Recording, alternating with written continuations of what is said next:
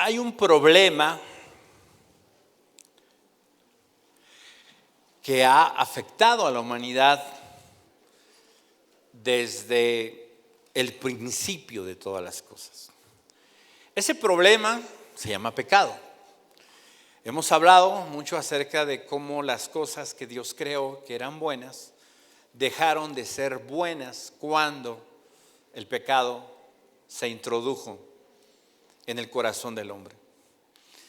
Esa realidad es con la que estamos lidiando, seguiremos lidiando hasta que el Señor regrese o seamos llamados a su presencia. Esa realidad de pecado tiene distintas manifestaciones. Algunos dicen tiene diferentes grados. La realidad es que para Dios pecado es pecado, ¿sí? No hay pecados mayores, pecados menores. El infierno está reservado para los pecadores, no para los más pecadores. El cielo está reservado para los justificados, no para los menos pecadores. Y esa es la realidad. El pecado es un problema. Ahora, ¿cuál es nuestra actitud ante el pecado? En el capítulo 8 del libro de Nehemías leíamos nosotros: el gozo del Señor es mi fortaleza. Y hablábamos no de la alegría natural que algunas personas tienen. ¿Conoces a alguien que es por naturaleza alegre y que está feliz todo el tiempo y que ríe todo el tiempo? Y tú dices, ¿cómo le hace este cuate, no? Pues así es, probablemente, ¿no? Tal vez llora en secreto, tal vez sufre en privado, pero hay personas que naturalmente, aún a pesar de las adversidades, van para adelante, van para arriba y con el ánimo levantado. Y alguien podría decir, él tiene el gozo del Señor. Probablemente, quizás simplemente sea una actitud y una forma que él tiene de ser, de actuar o de fingir o de esconder algo. No lo sabemos. Lo que sí sabemos es que el gozo de Dios da fortaleza. Esa es una realidad. Ahora, con respecto al pecado, ¿sí? Podemos nosotros tratarlo con ligereza. Podemos nosotros decir y tal vez pensar, el pecado es algo serio, pero no es importante porque estamos en la etapa y en la época de la gracia. Y no hay problema, el pecado dejó de ser un problema desde que Cristo vino a la tierra, así que no me preocupo. ¿Eres pecador? Sí, soy pecador, pero eso es irrelevante porque Dios me ama. Dios ama al pecador, Dios perdona al pecador y Dios llevará al cielo a los pecadores. Así que el pecado no es algo que me preocupe. Esa es una manera muy simplista de ver el pecado, ¿sí? Es una forma muy humana, simplista, pero sobre todo antibíblica de mirar el pecado. Quizá del otro lado está el que está demasiado preocupado. Le hablan de pecado y se siente culpable y piensa, ¿quién le dijo a este lo que yo hice? ¿Quién y por qué? ¿Y por qué esto? Y se sienten culpables, son demasiado meticulosos en autoexaminarse y quizá por volteo y veo algo indebido. No, ya soy un pecador, necesito. Hay gente que puede caer en un extremo, ¿sí? De sentirse todo el tiempo culpable, mal. ¿Sí? La respuesta para la primera persona que trata con ligereza el pecado debería de ser la respuesta de lo que hoy vamos a hablar. Para la segunda, sí, el pecado, sí, que crea una culpabilidad, sí, tendríamos que llevar a esta persona a mostrarle algunas verdades de la Escritura que dicen, el que está en Cristo, nueva criatura es. ¿Sí? Ninguna condenación hay para los que están en Cristo Jesús. Si alguno cometiere pecado, abogado tenemos para con el Padre, a Jesucristo el justo. Si confesamos nuestros pecados, Él es fiel y justo para perdonarnos y limpiarnos de toda maldad.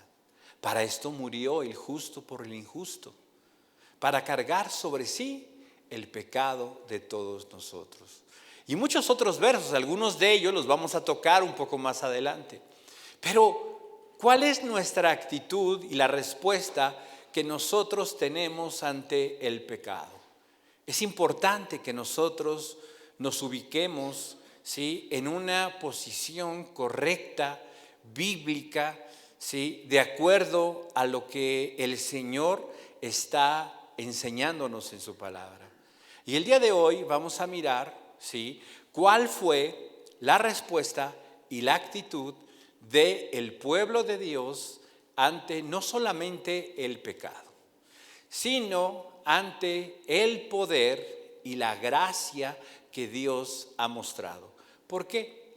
Porque si nosotros miramos en la Biblia, como lo vamos a ver ahorita, lo vamos a leer ahí en Nehemías capítulo 9, versículos del 5 al 15, nos vamos a dar cuenta cómo Dios durante toda la historia, no solo de la humanidad, sino conforme fue avanzando el tiempo en la vida de su pueblo, manifestó su poder y manifestó su gracia.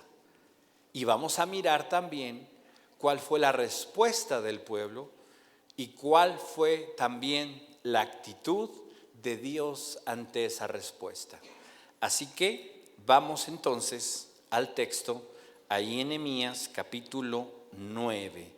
Y vamos a leer a partir del verso 5.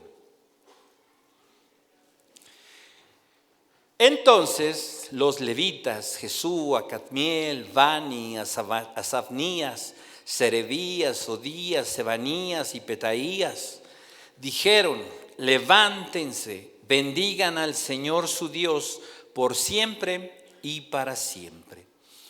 Y entonces comienza un himno, ¿sí?, un canto, una adoración. De eso ya escuchamos la semana pasada, ¿sí? Pero ahora vamos a mirar, ¿sí?, en esta historia que se nos relata a partir de este momento, la manifestación precisamente de dos elementos: el poder de Dios y la gracia de Dios, ¿sí? Dice entonces el verso 6: solo tú eres el Señor. Tú hiciste los cielos de los cielos con todo su ejército, la tierra y todo lo que en ella hay, los mares y todo lo que en ellos hay. Tú das vida a todos ellos, y el ejército de los cielos se postra ante ti. Tú eres el Señor Dios, que escogiste a Abraham, lo sacaste de Ur de los Caldeos y le diste por nombre a Abraham. Hallaste fiel su corazón delante de ti e hiciste con él un pacto para darle la tierra del cananeo, del hitita, del amorreo, del fereceo, del jebuseo y del gergeseo, para darla a su descendencia. y has cumplido tu palabra porque eres justo. Tuviste la aflicción de nuestros padres en Egipto y escuchaste su clamor junto al mar Rojo. Entonces hiciste señales y maravillas contra Faraón, contra todos sus siervos y contra todo el pueblo de su tierra, pues supiste que ellos los trataban con soberbia. Y te hiciste un nombre como el de hoy.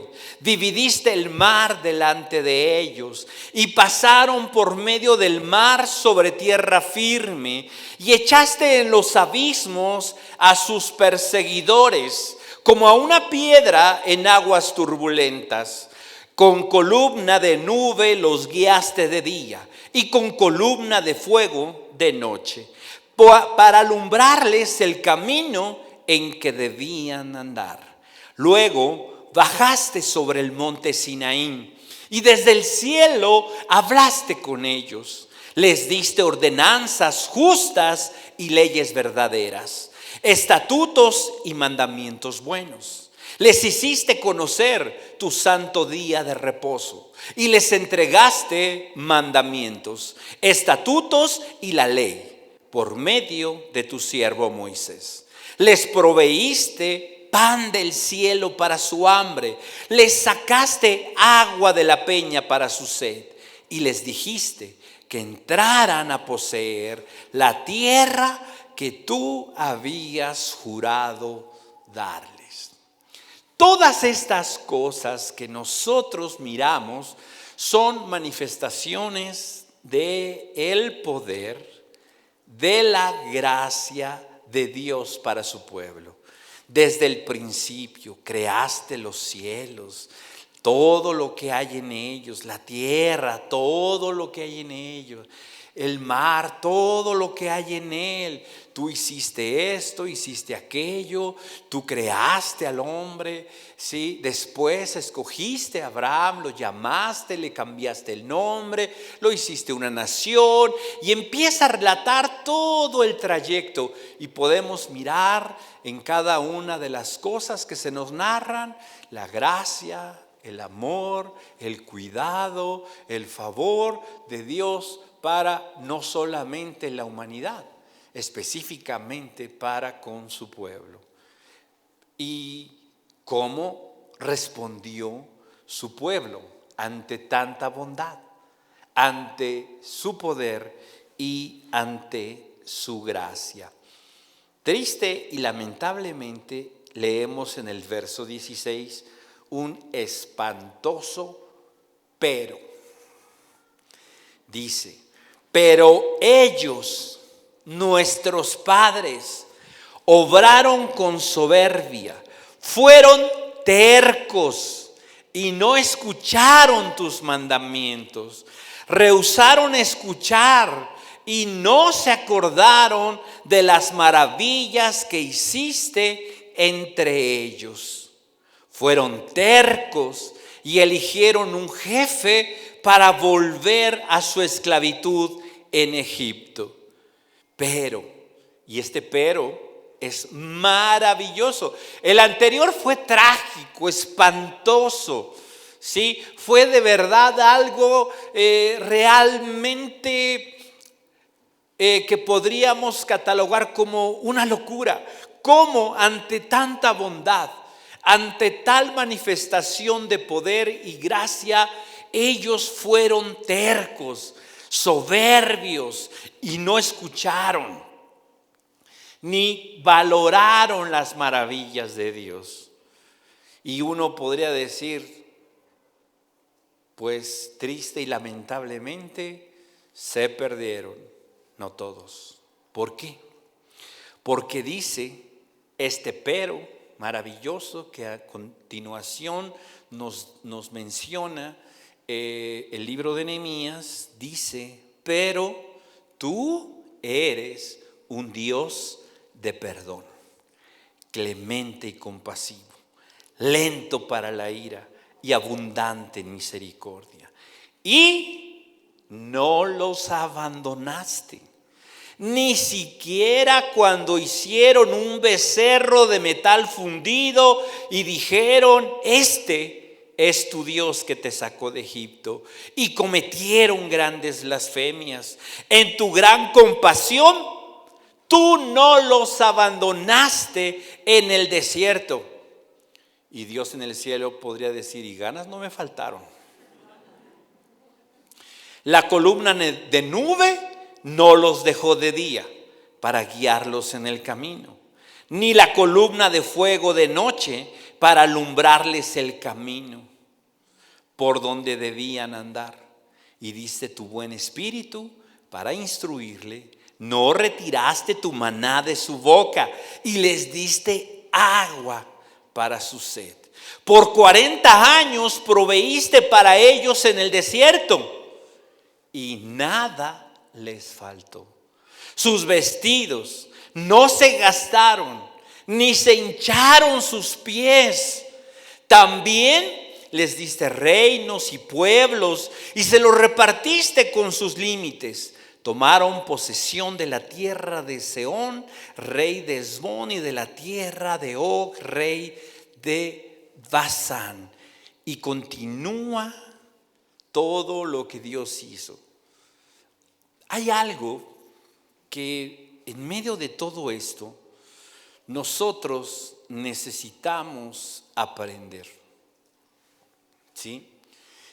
Y una de las cosas que nosotros podemos mirar en este pasaje es una realidad, o la realidad del pueblo de Dios.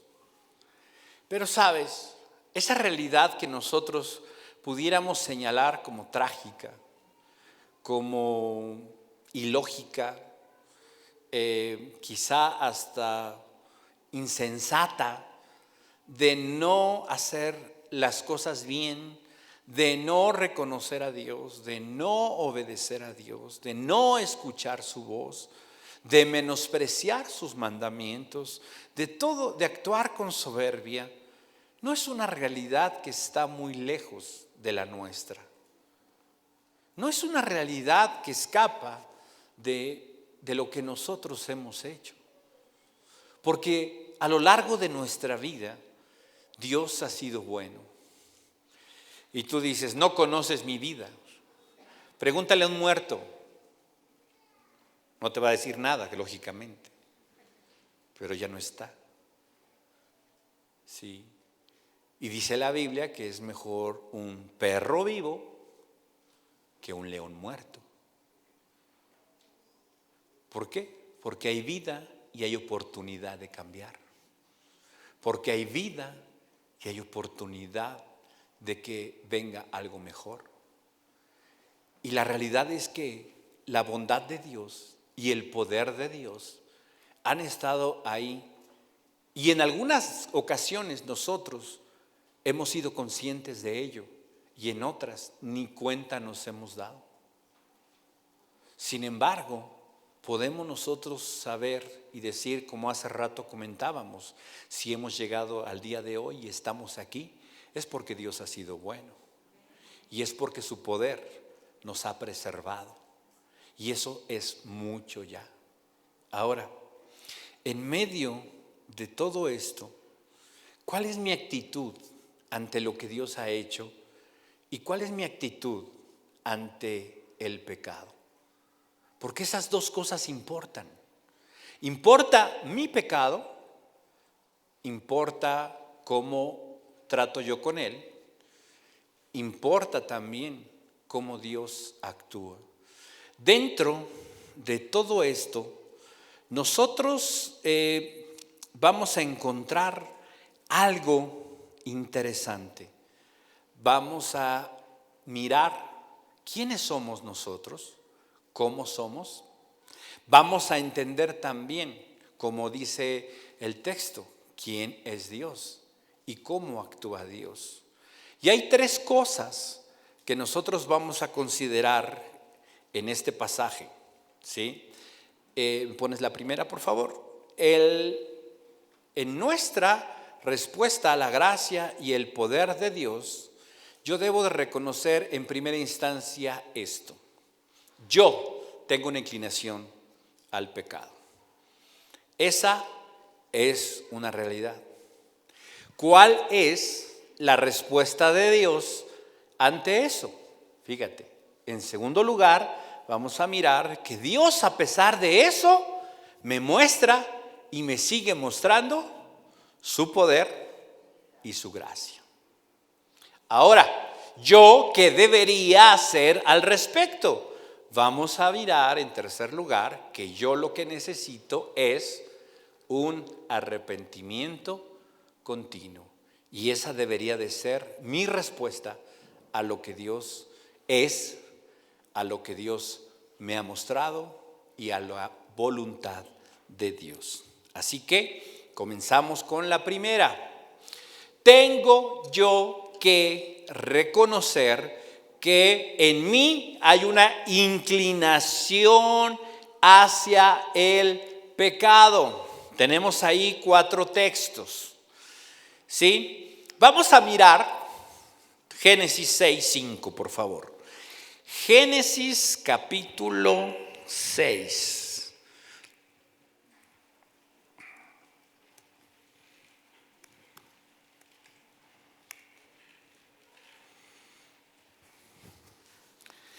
Esto es antes del diluvio. Dice el verso 5: el Señor vio que era mucha la maldad de los hombres en la tierra, y que toda intención de los pensamientos de su corazón era solo hacer siempre el mal.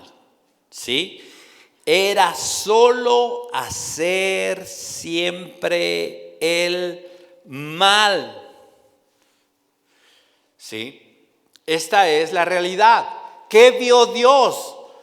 Algunos dicen, Dios se dio cuenta. Dios ya lo sabía. Está ahí escrito de esa manera para que nosotros lo sepamos, lo veamos y sepamos qué es lo que ve Dios. Dios vio eso. Entonces, ¿qué decidió Dios? Dice el verso 7: borraré de la faz de la tierra a toda la raza humana, todo lo que he creado, porque no solamente el hombre se corrompió, sino corrompió todo lo creado. ¿Qué significa eso? Que no solo nos echamos a perder nosotros, sino echamos a perder todo lo que tenemos alrededor. ¿A causa de qué? A causa de nuestro corazón y de la inclinación de nuestro corazón a lo malo. Entonces dijo Dios, adiós, se acabó la humanidad, bye. Solamente Noé y su familia, que ha sido obediente y respondió a mi llamado, voy a salvarlo. Perfecto. Bien, capítulo 8.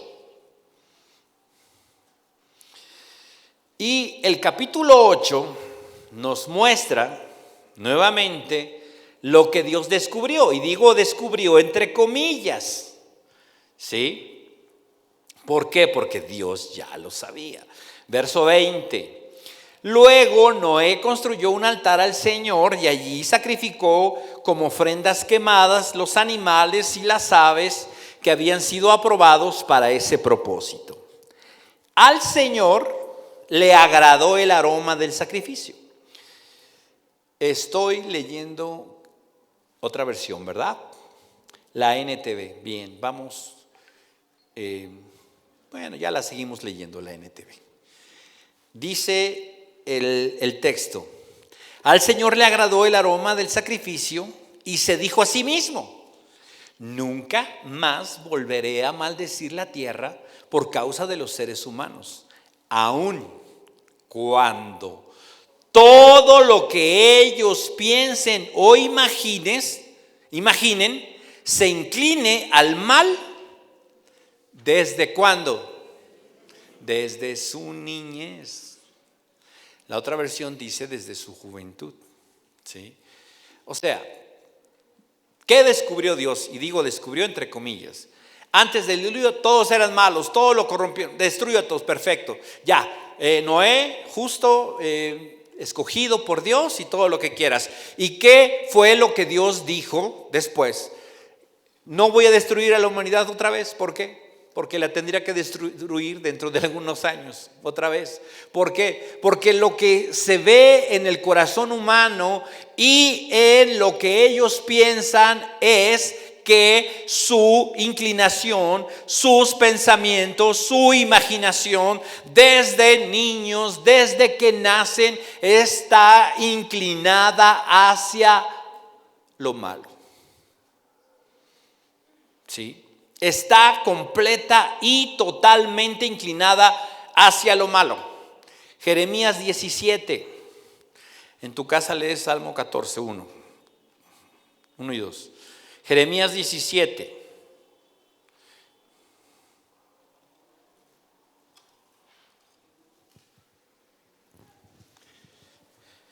Fíjate lo que dice Jeremías 17, 9.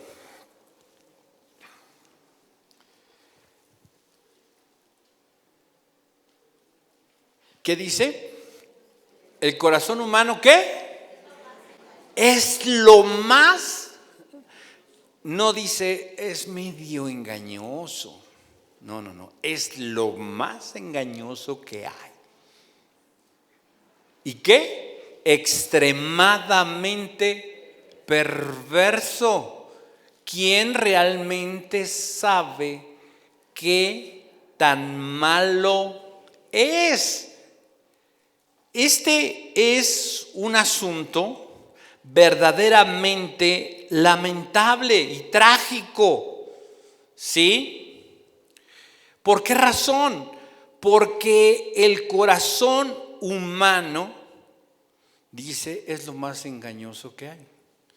Pero no solamente eso, sino, fíjate, aquí ponme la NBLA. En este mismo verso, por favor. Fíjate lo que dice. Más engañoso que todo es el corazón. ¿Y qué? Sin remedio. Eso fue lo que Dios miró. Acabó con la humanidad. ¿Y qué siguió habiendo en el corazón del hombre? Maldad, inclinación hacia lo malo. Entonces, la conclusión es: el corazón humano, humanamente hablando y desde la perspectiva humana, no tiene remedio. No hay manera de que cambie. Mira, puedes customizarlo un poquito, refrenarlo un poquito, adornarlo, controlarlo, tenerlo domadito, pero no hay remedio. Va a seguir con la inclinación hacia lo malo desde el punto de vista humano, ¿sí? Pero vamos a ver qué dice Romanos capítulo 7.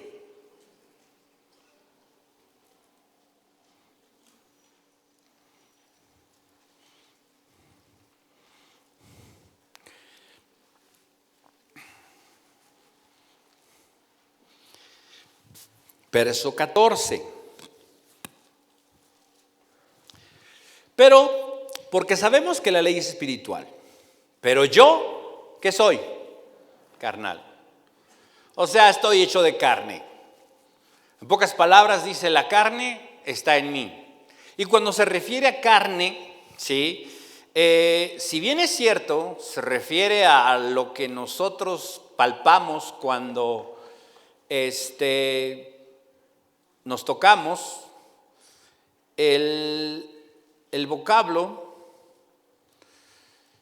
sarkinos, que es la palabra griega, se refiere no solamente al asunto del músculo, tendones y articulaciones y cosas por el estilo. No, se refiere a aquello que no ha sido cambiado, aquello que no ha sido regenerado. ¿Sí?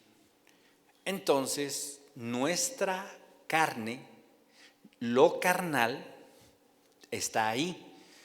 Porque sabemos que la ley es espiritual, pero yo soy carnal. Y no solamente soy carnal, estoy hecho de carne, con una inclinación hacia el pecado y hacia lo malo. Además, estoy vendido a la esclavitud del pecado. Estoy vendido a la esclavitud del pecado. Eso es lo que dice, ¿sí? entonces no solamente no tengo remedio, sino mi Señor, mi amo es el pecado. El que me controla, el que me gobierna es el pecado. ¿Por qué? Verso 15. Porque lo que hago no lo entiendo. Nunca has estado hablando con alguien que dices, ¿y por qué lo hiciste? Y te responde, no sé.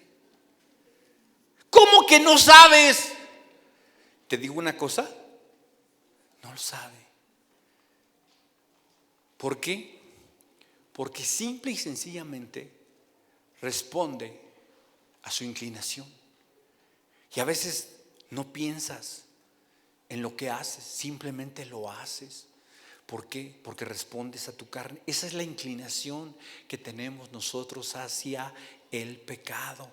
Dice, lo que hago no lo entiendo, porque no practico lo que quiero hacer. De veritas que quiero portarme bien y hacer lo correcto, pero no puedo.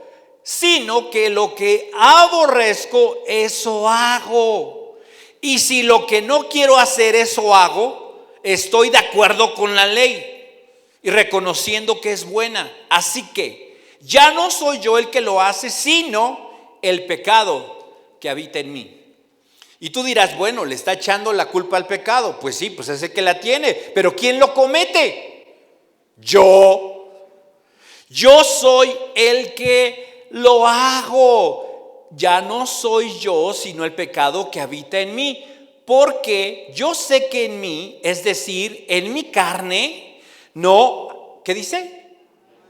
Nada bueno, entiéndelo. Y con esa carne te vas a morir.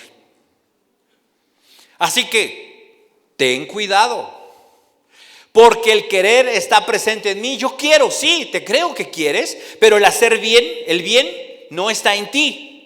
Porque tu carne está inclinada hacia lo malo. Pues no hago el bien que deseo, sino el mal que no quiero. Eso practico. Y si lo que no quiero hacer, eso hago, ya no soy yo el que lo hace, sino el pecado que habita en mí. Así que queriendo yo hacer el bien, hallo la ley de que el mal está presente en mí. Porque en el hombre interior me deleito con la ley de Dios, pero veo otra ley en los miembros de mi cuerpo que hace guerra contra la ley de mi mente y me hace prisionero de la ley de pecado que está en mis miembros. Y dice Pablo aquí, miserable de mí, ¿quién me libertará de este cuerpo de muerte? Y es la pregunta que todos nos hacemos. Verso 25. Gracias a Dios por Jesucristo, Señor nuestro. Así que yo mismo, por un lado, con la mente sirvo a la ley de Dios, por el otro, con la carne a la ley del pecado. Y después el capítulo 8 me dice, sí, que no hay condenación para los que están en Cristo Jesús. Los que no andan, ¿qué? Conforme a la carne, sino conforme al Espíritu. Porque la ley del Espíritu en vida en Cristo Jesús nos ha, dice el verso 2, ¿qué ha hecho? Nos ha libertado de la ley, del dominio, del pecado y de la muerte. Pues lo que la ley no pudo hacer, ya que era débil por causa de la carne, Dios, ¿qué? ¿Quién lo hizo? Dios. Lo hizo tu fuerza de voluntad, tu decisión, tu valor para ponerte de pie al responder al llamado de Dios. No, manito. Lo hizo Dios. ¿Sí? Lo hizo Dios. Dios lo hizo enviando a su propio Hijo en semejanza de carne de pecado como ofrenda por el pecado. Condenó al pecado en la carne. Eso fue lo que Dios hizo. ¿Sí? Y vamos al segundo punto. Entonces, en primera instancia, yo debo de saber que dentro de mí hay una inclinación natural, heredada, te guste o no, lo aceptes o no, lo creas o no, hacia el pecado. ¿Y desde cuándo? Desde que estaba en los brazos de mi mamá. Aprendí que llorando se consiguen las cosas. ¿Sí o no? Y que todo el mundo, cuando yo lloro, todo el mundo viene a verme. ¿Sí? Y si algo no me gusta, lloro. Y van a buscar la manera de que no llore. Perfecto. Así se maneja el mundo. Mundo, ahí voy. Y salimos al mundo y seguimos llorando. Por otras razones, pero la realidad es que hay un pecado que mora en nosotros. Entendámoslo, aceptémoslo. Y no tiene remedio humanamente hablando. Por eso Dios, sí, mostró su poder y su gracia a través de Jesucristo. Del versículo 5 al 15, nosotros encontramos una realidad muy, muy, muy poderosa, importante, relevante, y es, ponme la siguiente por favor. Fíjate, nosotros, ¿sí? En este aspecto, Dios mostró su poder y su gracia. ¿De acuerdo? Sí. El versículo 5 al 15, nosotros encontramos algo interesante. Dios, se habla de Dios como sujeto, pero no solo como sujeto, sino como el autor o el iniciador de todo lo que ha sucedido en y a favor del pueblo de Dios. Fíjate, dice el verso 5: sea bendito tu glorioso nombre. ¿De quién está hablando? De Dios. Dice el 6: solo tú eres Señor. Tú hiciste los cielos, la tierra y todo lo que hay. Tú das vida. 7: tú eres el Señor. Tú escogiste a Abraham. Tú lo sacaste de la tierra de los caldeos. Tú le diste por nombre a Abraham.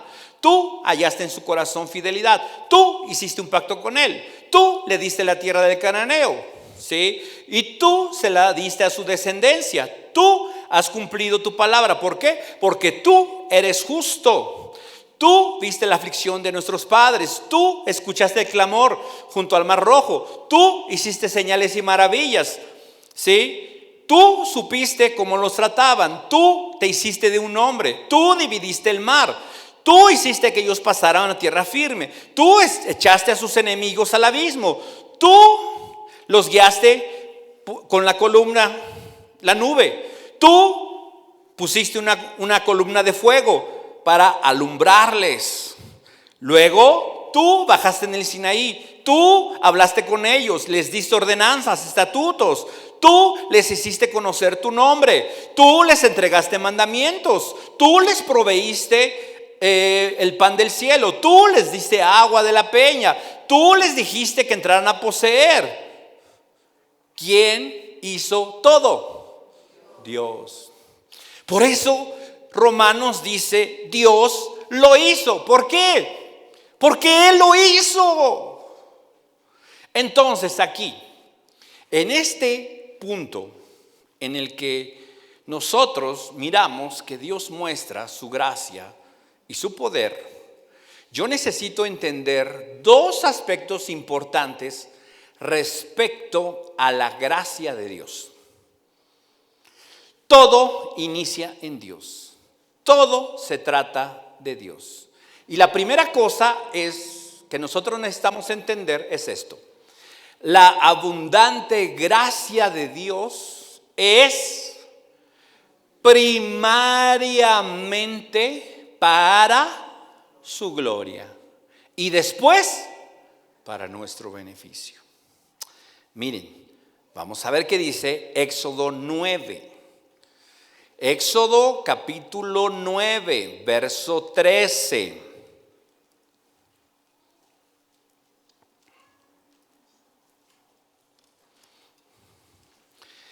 Entonces el Señor dijo a Moisés: levántate muy de mañana y ponte delante de Faraón y dile: así dice el Señor, el Dios de los hebreos, deja ir a mi pueblo. ¿Para qué?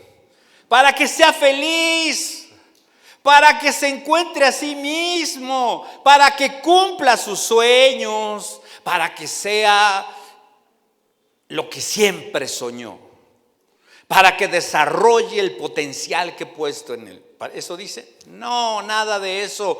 Esas son mentiras. Él dice, déjalo ir para que me sirva. ¿Se trata de quién? ¿De nosotros o de Dios? De Dios. ¿Se trata de servirme a mí o de servir a Dios? Se trata de servir a Dios. Déjalo ir para que me sirva. 14. Porque esta vez enviaré todas mis plagas sobre ti, sobre tus siervos, sobre tu pueblo, para que sepas que no hay otro como yo en toda la tierra. Le está hablando a Faraón. Te voy a enseñar que no hay otro como yo. Ninguno de tus dioses se puede comparar conmigo. Nada de lo que has visto es igual a mí. ¿De quién se trata? De Dios. Te voy a enseñar que este pueblo, híjole, es bien lindo y especial para mí.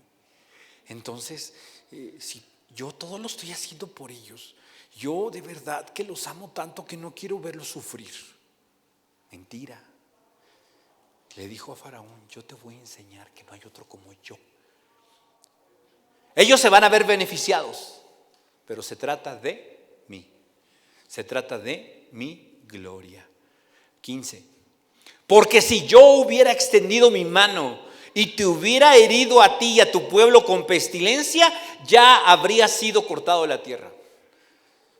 Si yo hubiera querido, respiro y te mueres. ¿Cómo ves? Pero ¿sabes qué? No he querido. ¿Por qué? 16. Pero en verdad, por esta razón te he permitido permanecer, para mostrarte mi poder y para proclamar mi nombre por toda la tierra. Otra vez, ¿se trata del pueblo o se trata de Dios? Se trata de Dios. Y podemos leer toda la Biblia, y en toda la Biblia vamos a mirar, sí, que se trata de Él. El Salmo 23 que tanto nos gusta porque, ay, Jehová es mi pastor, nada me faltará. Y decimos sí, pero hay una parte donde dice, por amor de mi nombre. Todo eso es por amor de mi nombre. Es por causa de Dios. ¿Yo me beneficio de eso? Perfecto, maravilloso. Pero no se trata de mí. Entonces, aquí yo debo de entender que esa abundante gracia de Dios y manifestación de su poder se tiene como objetivo, primero, su gloria, y después, favorecerme y bendecirme a mí. Pero primero se trata de Él. Romanos 9.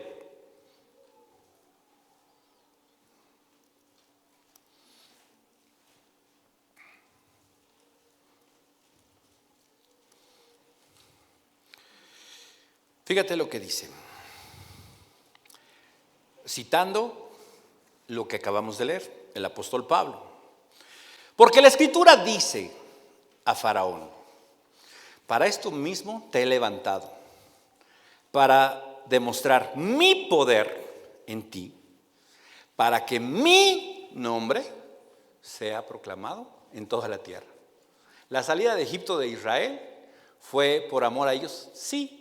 No podemos negar el amor de Dios por su pueblo, pero en primera instancia está su gloria.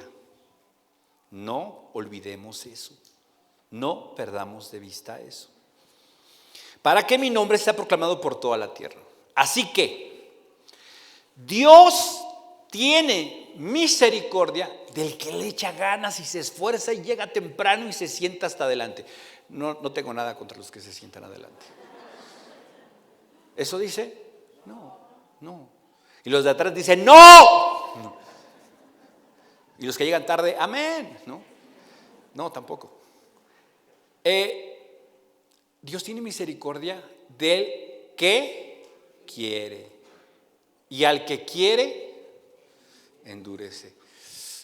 Y tú dices, chispas, eso está medio como que raro, ¿no?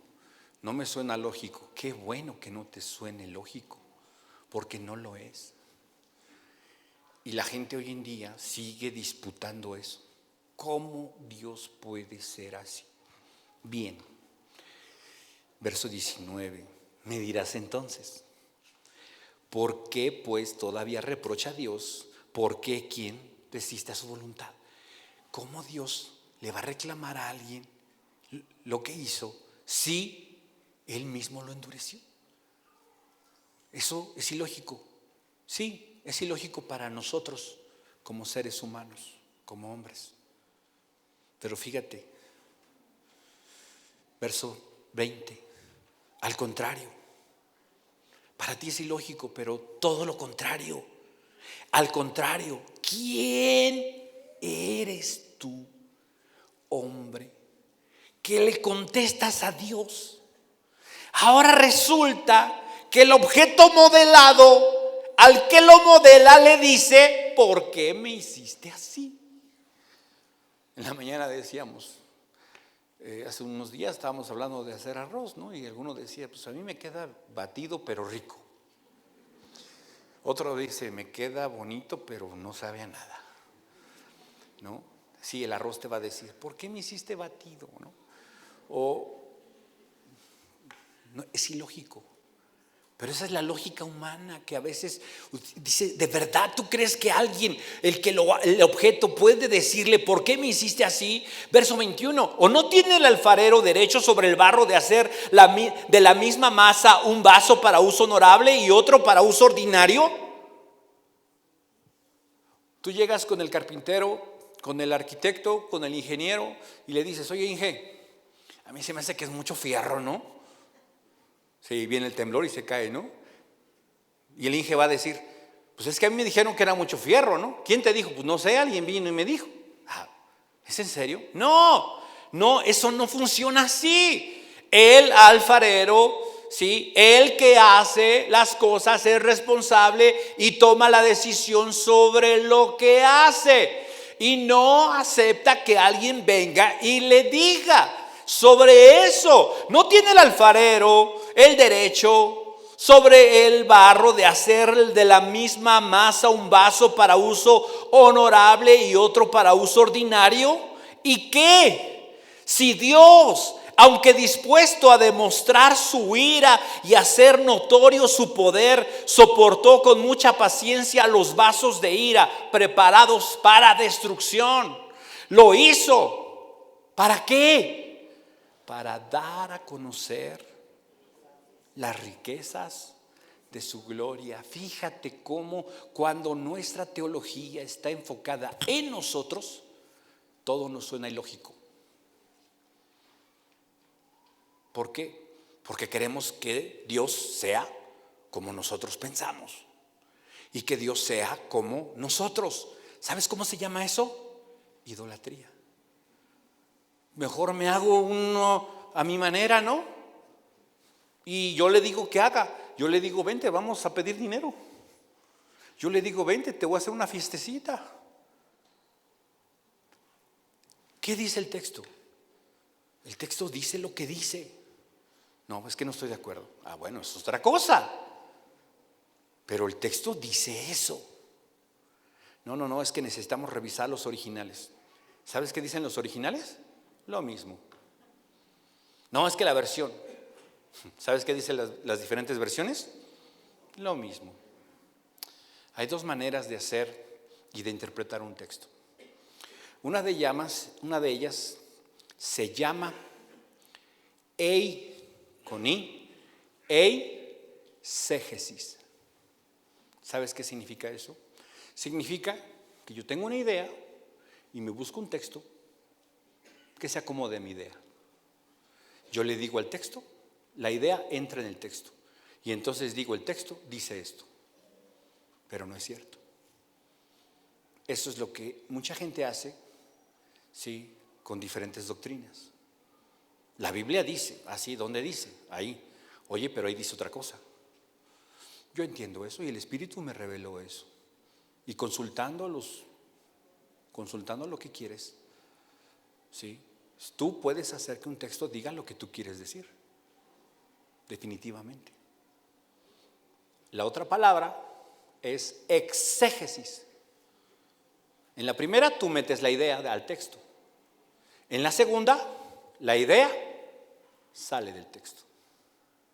Y esa es la forma bíblica de interpretar un texto. Oye, pero es que no se ajusta a mi teología. ¿Quién tiene que cambiar?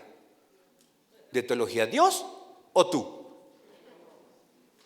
Pero nosotros queremos hacer las cosas de la forma y de la manera en que a mí me satisfacen. Y Dios dice, se trata de dar a conocer mi gloria sobre los vasos de misericordia que de antemano Él preparó para gloria, es decir, nosotros, a quienes también llamó, no solo de entre los judíos, sino también de entre los gentiles. Entonces, ¿qué voy a hacer con ese texto? Yo puedo hacer e interpretarlo como quiera, pero al final del día el texto dice lo que dice, me guste o no me guste, lo acepte o no lo acepte. Tengo que entender eso.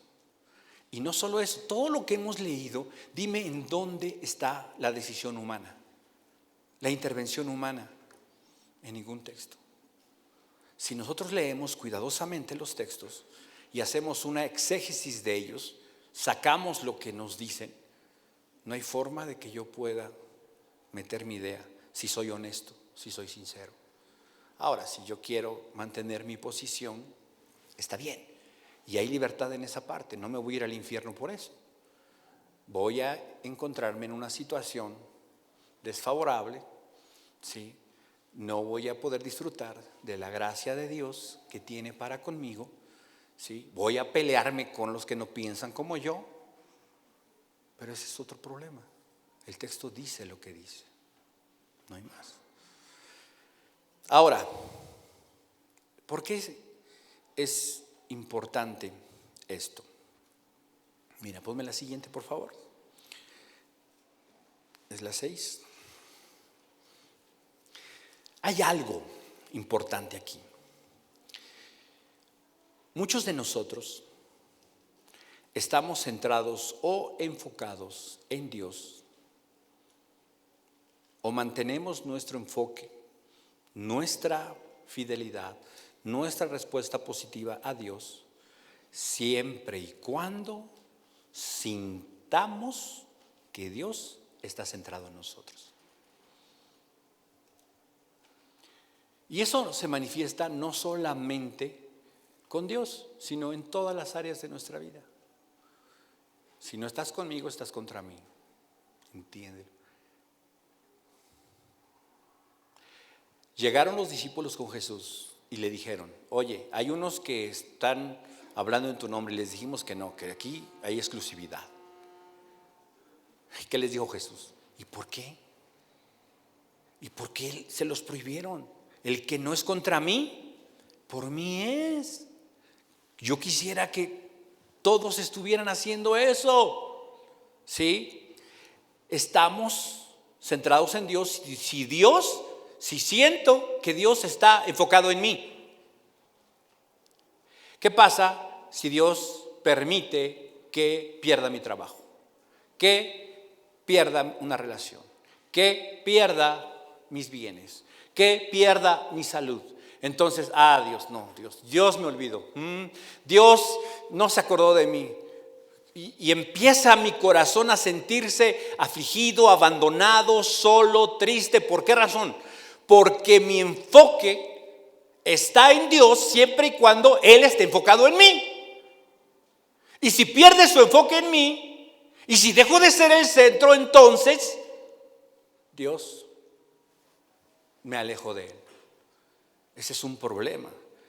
Esa es una desgracia. Y debemos tener cuidado con eso, porque muchos quizá podamos pensar, ponme la siguiente, podemos pensar que estamos centrando nuestras vidas en Dios.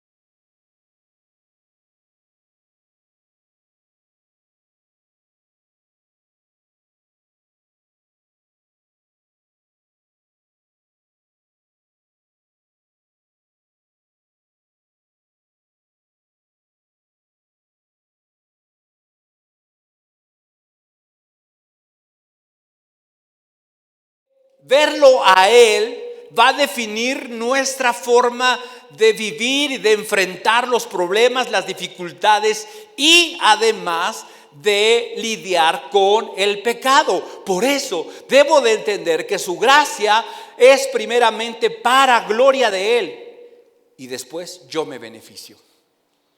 Eso es lo que yo debo de entender.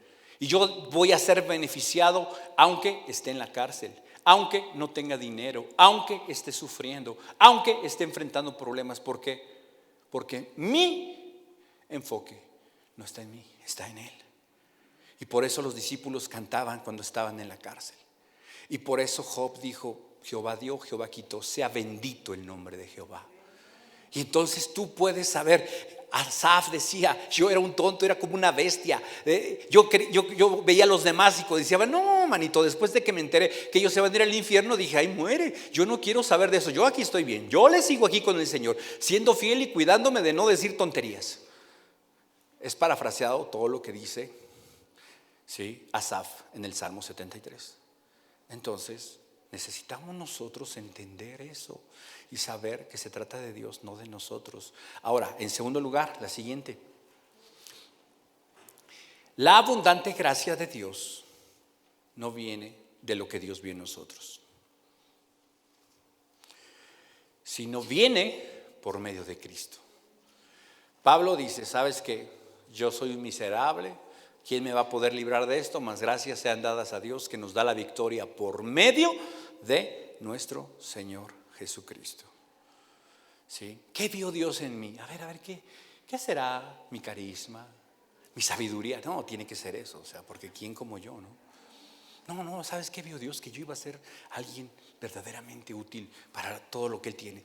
Me necesitaba, pensándolo así, aquí entre nos, me necesitaba, ¿no? Efesios 2:1. Fíjate lo que dice. ¿Qué vio Dios? Dice: mas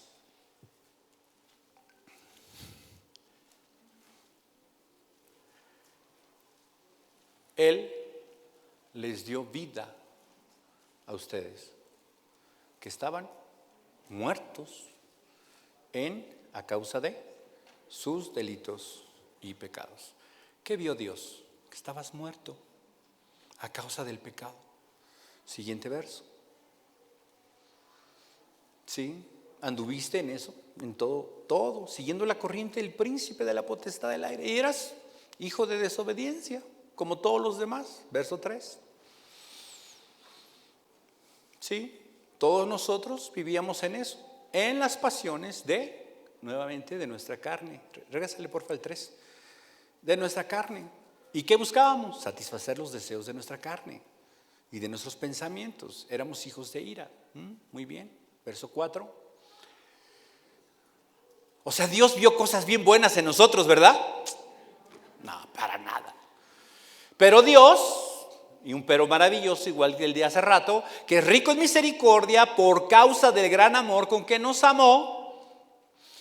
Sí, aun cuando estábamos muertos a causa de nuestros delitos, ¿qué hizo? Nos dio vida juntamente con Cristo. Por gracia ustedes han sido salvados. Cristo es el medio de gracia que Dios proveyó para librarnos de la maldición del pecado y de la muerte.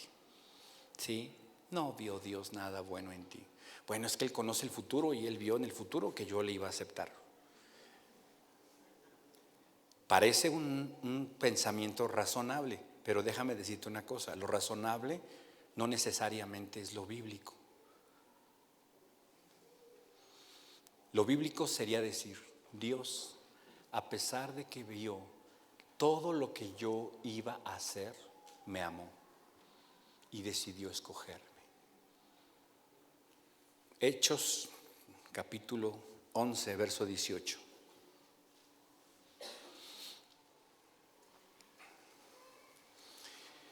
Al oír esto, se calmaron y glorificaron a Dios, diciendo: así que también a los gentiles ha concedido Dios el arrepentimiento que conduce la vida. ¿Quién concede el arrepentimiento que lleva a la vida? Dios. No es tu razonamiento, no, sabes que sí, yo creo que lo mejor que puedo hacer es tomar esta decisión. Dios nos da la libertad de elegir, eso es un hecho. Pero ¿quién toma la iniciativa? Dios. Nos da la oportunidad y nos concede el arrepentimiento. Todo viene de Dios. La abundante gracia de Dios no viene por lo que Dios vio en nosotros, viene por la gracia que Él tuvo de nosotros al enviar a su Hijo Jesucristo a morir por nosotros en la cruz. ¿Qué vio? Nada bueno. Nada bueno vio Dios en nosotros. Vio nuestra necesidad y nos amó. Por último, ¿qué tengo que hacer ahora yo? Pues necesito, en tercer lugar, tener un arrepentimiento continuo. Recordemos, los levitas están diciendo, nuestros padres hicieron esto, nuestros padres hicieron esto. ¿Sabes qué? Y Dios, que fue perdonador, misericordioso, y tuvo, ¿y por qué? Pues porque seguramente se arrepintieron, si no todos, algunos de ellos. Y entonces, ¿qué hizo Dios? Pues Dios los permaneció, los avanzó, permitió que llegaran a la tierra, permitió que vivieran, permitió esto, permitió aquello. Todas esas cosas fueron obra de Dios. ¿Sí? Dios lo permitió. ¿Por qué razón? Porque su misericordia estaba vigente. ¿Y por qué tengo yo que arrepentirme de mis pecados? Fíjate, dice Isaías 59, versículos 1 y 2, que Dios, ¿por qué viene la división y la separación entre nosotros y Dios? Dice la versión, pónmela en 60 por favor. ¿Acaso se ha acortado el brazo de Jehová para salvar? No, sino que vuestros pecados, ¿sí? El 2, por favor. Sino que vuestras iniquidades, ¿qué han hecho? División entre Dios y nosotros. Nuestros pecados han hecho ocultar su rostro de nosotros para no ir. ¿Por qué me tengo que arrepentir continuamente de mis pecados? Porque si no, comienza a haber distancia entre Dios y yo. Porque si no, entonces mis oraciones tienen un estorbo que se llama pecado. Oye, pero ya me arrepentí yo allá, hace tantos años, de todos mis pecados, pasados, presentes y futuros. ¿No aplica esa para lo que viene? Sí, aplica para todos. Sí, y estás en una posición de justo. Pero ahora en mi caminar y en mi andar, yo tengo que lidiar con el pecado que cometo todos los días. ¿Y qué tengo que hacer con ese pecado que cometo todos los días? Arrepentirme. Si decimos que no tenemos pecado, dice Juan, hacemos a Dios mentiroso. Y la verdad no está en nosotros. Nos engañamos a nosotros mismos. Dice, si alguno cometiere pecado, abogado tenemos para con el Padre, a Jesucristo el justo. Si confesamos nuestros pecados, Él es fiel y justo para perdonarnos y limpiarnos de toda maldad. De quitar el estorbo entre nosotros y Él, que es el pecado. Entonces yo necesito un arrepentimiento continuo. Pero como que ya en mi vida ya hay menos pecados, a veces creo que no peco. ¿Es en serio? Digo, debes de vivir en un hoyo y aún así pecas, ¿no? Fíjate lo que dice el Salmo 139, 23 y 24. Dice 23 y 24. Examíname, oh Dios, y conoce mi corazón. Pruébame y conoce mis pensamientos. Y ve si hay en mí camino de perversidad. Y guíame por el camino eterno. Eso hace una persona honesta y sincera. Señor, hay pecados que quizá no he visto en mi vida. Y necesito que tú me examines y me muestres la realidad de mi corazón. Muy bien, pues déjame decirte que hoy, cuando hablaste con esta persona, puede ser tu esposa, alguien. Vi orgullo en tu corazón porque no quisiste aceptar que te equivocaste. Pero es que si acepto que me equivoco, pierdo autoridad. Si acepto que me equivoco, si reconozco mis errores, la gente me va a pisotear. ¿Y qué prefieres? ¿Que te pisen ellos o que te pise yo? Está fácil, ¿no?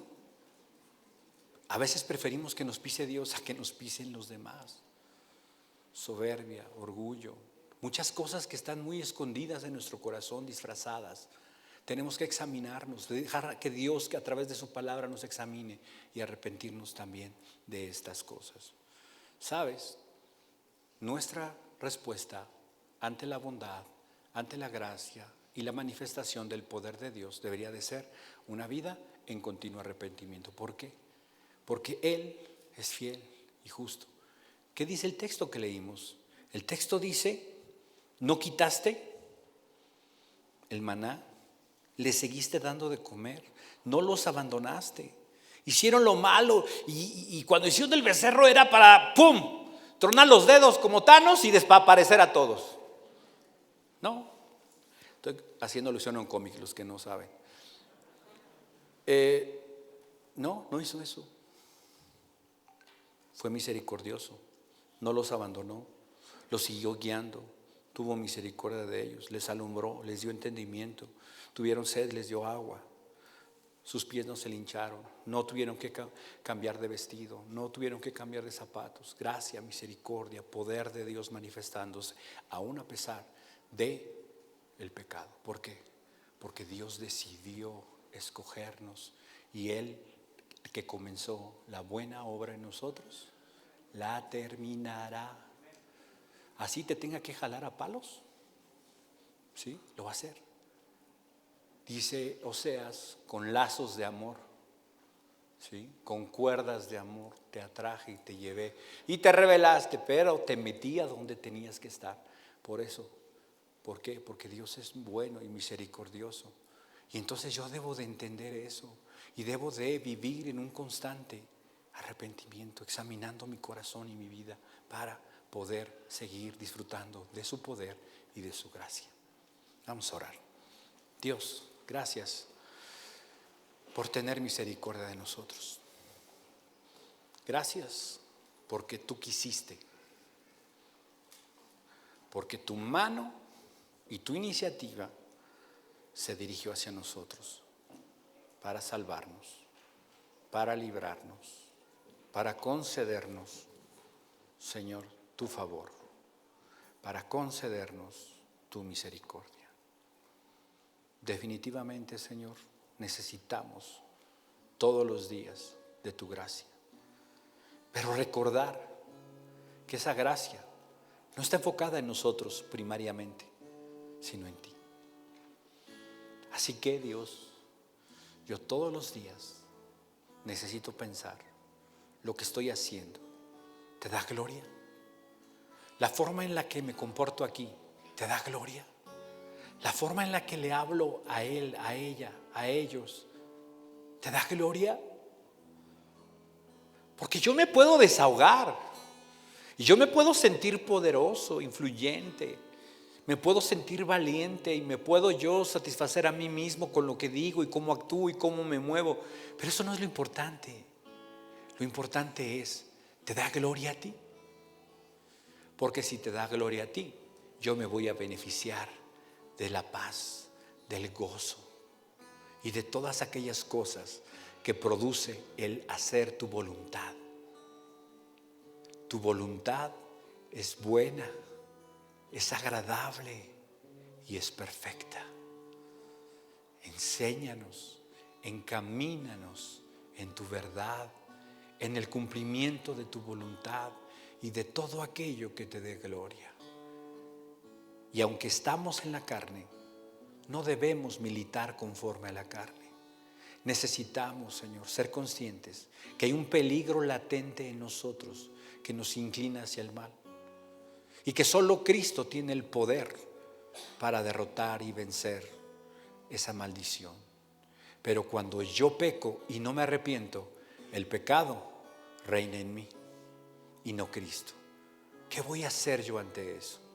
Lo que tengo que hacer es oír tu voz que me llama al arrepentimiento y cambiar de mente, cambiar de opinión e ir en el sentido opuesto al que iba, arrepintiéndome continuamente de mis pecados. Permítenos vivir en una certeza, en una conciencia de quién eres tú, Señor. ¿Cuál es el propósito de lo que haces?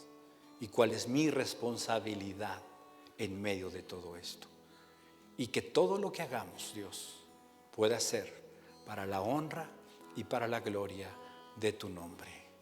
Te lo pedimos, Señor, y te damos las gracias en el nombre de Cristo Jesús.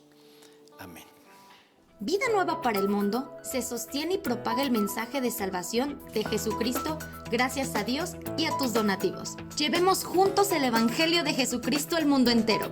Realizamos eventos, seminarios, congresos y diferentes programas para dar a conocer el mensaje de salvación y el poder de nuestro Señor, transformando y edificando vidas de mujeres, hombres, niños alrededor del mundo. ¿Qué pasa cuando decides hacer tu donativo? Aunque no puedas llevar la palabra personalmente a todo el mundo, de esta forma lo estás haciendo. Con tus donativos o aportaciones, estás sembrando y formando parte de lo que Dios está haciendo en su obra. Estás ayudando a traer luz a la oscuridad, paz al conflicto y esperanza a los que no tienen ninguna. Dona desde México.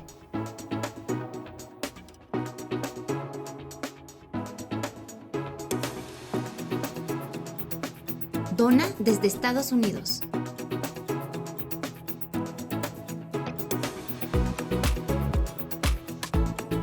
Para el resto de donaciones de otras partes del mundo, www.vidanuevaparelmundo.org.mx/dona. Estamos cumpliendo la gran comisión. Por tanto, vayan y hagan discípulos a todas las naciones, bautizándolos en el nombre del Padre, del Hijo y del Espíritu Santo, enseñándoles que guarden todas las cosas que les he mandado. Y he aquí que yo estoy con ustedes todos los días hasta el fin del mundo.